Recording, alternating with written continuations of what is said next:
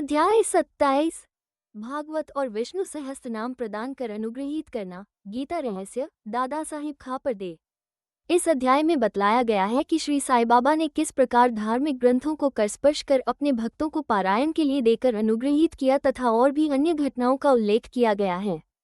प्रारंभ। जन साधारण का ऐसा विश्वास है कि समुद्र में स्नान कर लेने ही समस्त तीर्थों तथा पवित्र नदियों में स्नान करने का पुण्य प्राप्त हो जाता है।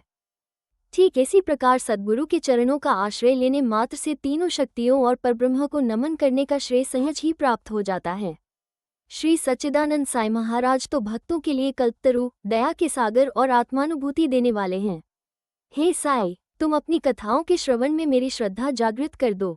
घनघोर वर्षा ऋतु में जिस प्रकार चातक पक्षी स्वाति नक्षत्र की केवल एक बूंद का पान कर प्रसन्न हो जाता है, उसी प्रकार अपनी कथाओं के सार सिंधु से प्रगटित एक जल कण का सहस्त्रांश दे दो, जिससे पाठकों और श्रोताओं के हृदय तृप्त होकर प्रसन्नता से भरपूर हो जाएं। शरीर से स्वेद प्रवाहित होने लगे, आंसुओं से नेत्र परिपूर्ण हो जाएं, प्राण स्थिरता पाकर चित्त एकाग्र हो जाए और पल पल पर रोमांच हो उठे, ऐसा सात्विक भाव सभी में जागृत कर दो।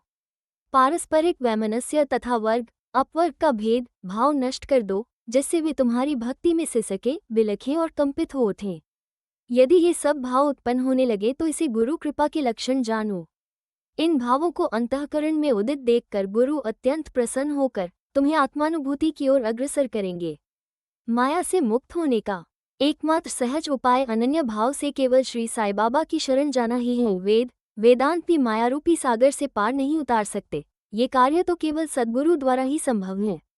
समस्त प्राणियों और भूतों में ईश्वर दर्शन करने के योग्य बनाने की क्षमता केवल उन्हीं में है। पवित्र ग्रंथों का प्रदान। गत अध्याय में बाबा की उपदेश शैली की नवीनता ज्ञात हो चुकी है। इस अध्याय में उसके केवल एक उदाहरण का ही वर्णन करेंगे।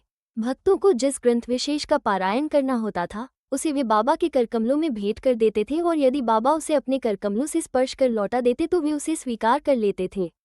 उनकी ऐसी भावना हो जाती थी कि ऐसे ग्रंथ का यदि नित्य पठन किया जाएगा तो बाबा सदैव उनके साथ ही होंगे।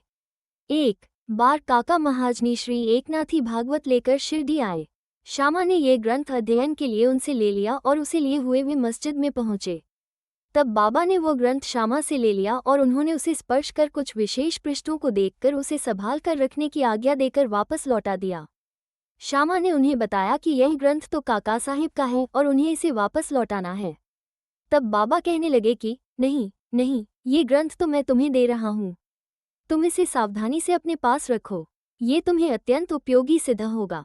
कुछ दिनों के पश्चात काका महाजनी पुनः श्री एकनाथी भागवत की दूसरी प्रत लेकर आए और बाबा के करकमलों में भेंट कर दी, जिसे बाबा ने प्रसाद स्वरूप लौटाकर उन्हें भी उसे सावधानी से संभाल कर रखने की आज्ञा दी।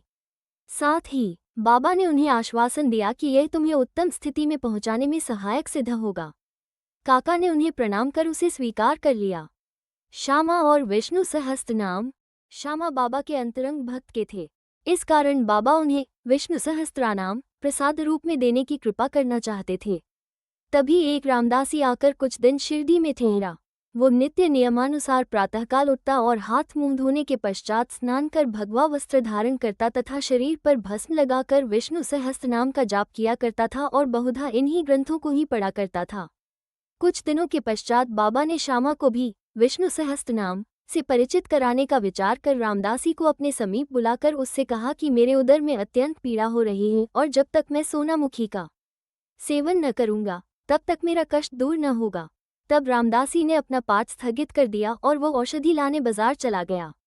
उसी समय बाबा अपने आसन से उठे और जहां वो पाठ किया करता था वहां जाकर उन्होंने विष्णु सहस्त्र नाम की वो पुस्तिका उठाई और पुनः अपने आसन पर विराजमान होकर श्यामा से कहने लगे कि ये पुस्तक अमूल्य और मनोवांछित फल देने वाली है, इसलिए मैं तुम्हें इसे प्रदान कर रहा हूँ ताकि तुम इसका नित्य पठन करो। एक बार जब मैं बहुत रुग्ण था तो मेरा हृदय धड़कने लगा। मेरे प्राण पखेरु उड़ना ही चाहते थे कि उसी समय मैंने इस सद्ग्रंथ को अपने हृदय पर रख लिया। कैसा सुख पहुंचाया इसने। उस समय मुझे ऐसा ही भान हुआ मानो अल्लाह ने स्वयं ही पृथ्वी पर आकर मेरी रक्षा की। इस कारण ये ग्रंथ मैं तुम्हें दे रहा हूँ। इसे थोड़ा धीरे धीरे कम से कम एक श्लोक प्रतिदिन अवश्य पढ़ना, जिससे तुम्हारा बहुत भला होगा। तब श्यामा कहने लगे कि मुझे इस ग्रंथ की आवश्यकता नहीं, क्योंकि इसका स्वामी रामदास ही अति क्रोधी व्यक्ति है, जो व्यर्थ ही अभी आकर लड़ने को तैयार हो जाएगा। अल्पशिक्षित होने के नाते मैं संस्कृत भाषा में लिखित इस ग्रंथ को पढ़ने में भी असमर्थ हूँ। श्यामा की धारणा थी कि बाबा मेरे और रामदासी के बीच मनमुटाव करवाना चाहते हैं, इसलिए ही उन्होंने यह नाटक रचा है। बाबा का विचार उनके प्रति क्या था, यह उनकी समझ में न आया। बाबा यान केन प्रकारेण विष्णु सहस्त्रनाम उसके कंठ में उतार देना चाहते थे। वे तो अपने एक अल्पशिक्षित अंतरंग भक्त को सांसारिक दुखों से मुक्त कर देना चाहते थे। ईश्वर नाम के जाप का महत्व तो सभी को विदित ही है, जो हमें पापों से बचाकर कुप्रवृत्तियों से हमारी रक्षा कर जन्म तथा मृत्यु के बंधन से छुड़ा देता है। यह आत्मशुद्धि के लिए एक उत्तम साधन है, जिसमें न किसी सामग्री की आवश्यकता है और न किसी नियम के बंधन की। इससे सुगम और प्रभावकारी साधन अन्य कोई नहीं। बाबा की इच्छा तो श्यामा से यह साधना कराने की थी, परंतु श्यामा ऐसा न चाहते थे, इसीलिए बाबा ने उन पर दबाव डाला। ऐसा बहुधा सुनने में आया है कि बहुत पहले श्री एकनाथ महाराज ने भी अपने एक पड़ोसी ब्राह्मण से विष्णु सहस्त्रनाम का जाप करने के लिए आग्रह कर उसकी रक्षा की थी। विष्णु सहस्त्रनाम का जाप चित्त शुद्धि के लिए एक श्रेष्ठ तथा सरल मार्ग है, इसीलिए बाबा ने श्यामा को अनुरोधपूर्वक इसके जाप में प्रवृत्त किया। रामदासी बाजार से तुरंत सोनामुखी लेकर लौट आया। आना चिंचनीकर, जो वहीं उपस्थित थे, प्रायः पूरे नारद मुनि ही थे और उन्होंने उक्त घटना का संपूर्ण वृतांत रामदासी को बता दिया। रामदासी क्रोधावेश में आकर श्यामा की ओर लपका और कहने लगा कि ये तुम्हारा ही कार्य है, जो तुमने बाबा के द्वारा मुझे उदर पीड़ा बहाने औषधि लेने को भेजा। यदि तुमने पुस्तक न लौटाई तो मैं तुम्हारा सिर तोड़ दूंगा। श्यामा ने उसे शांतिपूर्वक समझाया, परंतु उनका कहना व्यर्थ ही हुआ। तब बाबा प्रेमपूर्वक बोले कि अरे रामदास, यह क्या बात है? क्यों उपद्रव कर रहे हो? क्या श्यामा अपना बालक नहीं है? तुम उसे व्यर्थ क्यों झगड़ा करते हो? क्या तुम नम्र और मृदुल वाणी नहीं बोल सकते? तुम नित्य इन पवित्र ग्रंथों का पाठ किया करते हो और फिर भी तुम्हारा चित्त अशुद्ध ही है। जब तुम्हारी इच्छाएं ही तुम्हारे वश में नहीं है तो तुम रामदासी कैसे? तुम्हें तो समस्त वस्तुओं से अनासक्त होना चाहिए। कैसी विचित्र बात है कि तुम्हें इस पुस्तक पर इतना अधिक मोह है। सच्चे रामदासी को तो ममता त्याग कर समदर्शी होना चाहिए। तुम तो अभी बालक श्यामा से केवल एक छोटी सी पुस्तक के लिए झगड़ा कर रहे थे। जाओ, अपने आसन पर बैठो। पैसों से पुस्तकें तो अनेक प्राप्त हो सकती हैं, परंतु मनुष्य नहीं। उत्तम विचारक बनकर विवेकशील हो। पुस्तक का मूल्य ही क्या है और उससे श्यामा को क्या प्रयोजन? मैंने स्वयं उठाकर वो पुस्तक उसे दी थी, ये सोचकर कि तुम्हें तो ये पुस्तक पुनर्तः कंठस्थ है। श्यामा को इसके पठन से कुछ लाभ पहुँचे, इसलिए मैंने उसे दे दी। बाबा के ये शब्द कितने मृदु और मार्मिक तथा अमृत तुल्य हैं। इनका प्रभाव रामदासी पर पड़ा। वो चुप हो गया तथा फिर श्यामा से बोला कि मैं इसके बदले में पंचरत्नी गीता की एक प्रति स्वीकार कर लूंगा। तब श्यामा भी प्रसन्न होकर कहने लगे कि एक ही क्यों, मैं तो तुम्हें उसके बदले में 10 प्रतियां देने को तैयार हूँ। इस प्रकार यह विवाद तो शांत हो गया, परंतु अब प्रश्न यह आया कि रामदासी ने पंचरत्नी गीता के लिए एक ऐसी पुस्तक जिसका उसे कभी ध्यान भी न आया था, इतना आग्रह क्यों किया, और जो मस्जिद में हर दिन धार्मिक ग्रंथों का पाठ करता हो, वह बाबा के समक्ष ही इतना उत्पात करने पर क्यों उतारू हो गया? हम नहीं जानते कि इस दोष का निराकरण कैसे करें और किसे दोषी ठहरावे।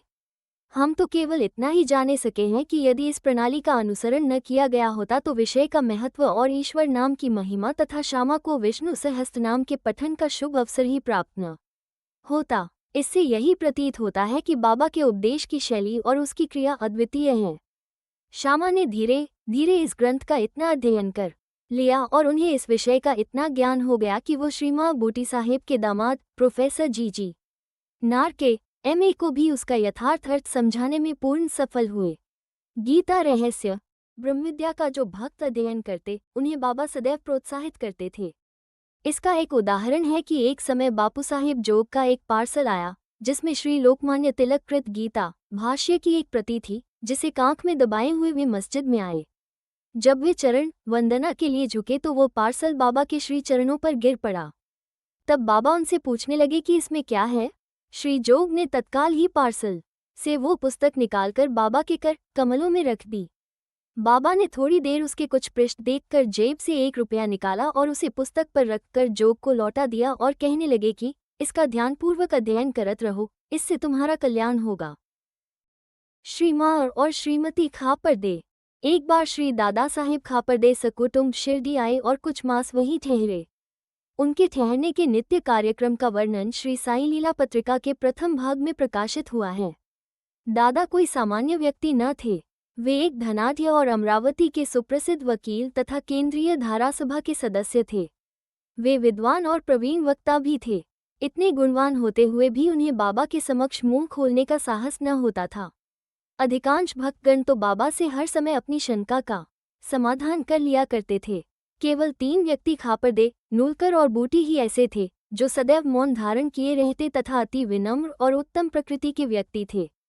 दादा साहेब विद्यारण्य स्वामी द्वारा रचित पंचदशी नामक प्रसिद्ध संस्कृत ग्रंथ, जिसमें अद्वैत वेदांत का दर्शन है, उसका विवरण दूसरों को तो समझाया करते थे, परंतु जब वे बाबा के समीप मस्जिद में आए तो वे एक शब्द का भी उच्चारण न कर सके। यथार्थ में कोई व्यक्ति, चाहे वह जितना वेद वेदांतों में पारंगत क्यों न हो, परंतु ब्रह्मपद को पहुंचे हुए व्यक्ति के समक्ष उसका शुष्क ज्ञान प्रकाश नहीं दे सकता। दादा 4 मास तथा उनकी पत्नी 7 मास वहां ठहरी। वे दोनों अपने शिरडी प्रवास से अत्यंत प्रसन्न थे। श्रीमती खापरदे श्रद्धालु तथा पूर्ण भक्त थी, इसलिए उनका साईं चरणों में अत्यंत प्रेम था। प्रतिदिन दोपहर को वे स्वयं नैवेद्य लेकर मस्जिद को जाती और जब बाबा उसे ग्रहण कर लेते तभी वे लौटकर अपना भोजन किया करती थीं। बाबा उनकी अटल श्रद्धा की झांकी का दूसरों को भी दर्शन कराना चाहते थे। एक दिन दोपहर को वे सांजा, पूरी, भात, सार, खीर और अन्य भोज्य पदार्थ लेकर मस्जिद में आई। और दिनों तो भोजन प्रायः घंटों तक बाबा की प्रतीक्षा में पड़ा रहता था, परंतु उस दिन वे तुरंत ही उठे और भोजन के स्थान पर आकर आसन ग्रहण कर लिया और थाली पर से कपड़ा हटाकर उन्होंने रुचिपूर्वक भोजन करना प्रारंभ कर दिया। तब श्यामा कहने लगे कि ये पक्षपात क्यों? दूसरों की थालियों पर तो आप दृष्टि तक नहीं डालते, उल्टे उन्हें फेंक देते हैं, परंतु आज इस भोजन को आप बड़ी उत्सुकता और रुचि से खा रहे हैं। आज इस बाई का भोजन आपको इतना स्वादिष्ट क्यों लगा? यह विषय तो हम लोगों के लिए एक समस्या बन गया है। तक बाबा ने इस प्रकार समझाया, सचमुच ही इस भोजन में एक विचित्रता है। पूर्व जन्म में ये बाई एक व्यापारी की मोटी गाय थी जो बहुत अधिक दूध देती थी। पशुयोनि त्याग कर इसने एक माली के कुटुंब में जन्म लिया। उस जन्म के उपरांत फिर यह एक क्षत्रिय वंश में उत्पन्न हुई और इसका ब्याह एक व्यापारी से हो गया। इस बार एक ब्राह्मण के घर उनका जन्म हुआ है। दीर्घकाल के पश्चात इसे भेंट हुई है, इसलिए इनकी थाली में से प्रेमपूर्वक 4 ग्रास तो खा लेने दो। ऐसा कहकर बाबा ने भरपेट भोजन किया और फिर हाथ मुंह धोकर और तृप्ति की 4-5 डकारें लेकर वे अपने आसन पर पुनः विराजे। फिर श्रीमती खापरदे ने बाबा को नमन किया और उनके पाद सेवन करने लगी। बाबा उनसे वार्तालाप करने लगे और साथ साथ उनके हाथ भी दबाने लगे। इस प्रकार परस्पर सेवा करते देख श्यामा मुस्कुराने लगा और बोला कि देखो तो, ये एक अद्भुत दृश्य है कि भगवान और भक्त एक दूसरे की सेवा कर रहे हैं। उनकी सच्ची लगन देखकर बाबा अत्यंत कोमल तथा मृदु शब्दों में अपने श्रीमुख से कहने लगे कि अब सदैव राजाराम का जाप किया करो और यदि तुमने इसका अभ्यास क्रमबद्ध कर लिया तो तुम्हें अपने जीवन के ध्येय की प्राप्ति अवश्य हो जाएगी। तुम्हें पूर्ण शांति प्राप्त होकर अत्यधिक लाभ होगा।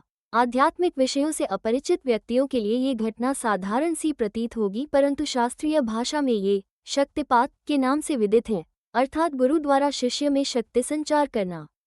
बाबा के वे शब्द कितने शक्तिशाली और प्रभावकारी थे जो एक क्षण में ही हृदय कमल में प्रवेश कर गए और वहां अंकुरित हो उठे। ये घटना गुरु शिष्य संबंध के आदर्श की द्योतक है। गुरु शिष्य दोनों को एक दूसरे को अभिन्न जानकर प्रेम और सेवा करनी चाहिए, क्योंकि उन दोनों में कोई भेद नहीं है। वे दोनों अभिन्न और एक ही हैं, जो कभी पृथक नहीं हो सकते। शिष्य गुरुदेव के चरणों पर मस्तक रख रहा है, ये तो केवल बाह्य दृश्य मात्र है। आंतरिक दृष्टि से दोनों अभिन्न और एक ही है तथा जो उनमें भेद समझता है वह अभी अपरिपक्व और अपूर्ण ही है। श्री सद्गुरु साईनाथार्पणमस्तु। शुभं भवतु।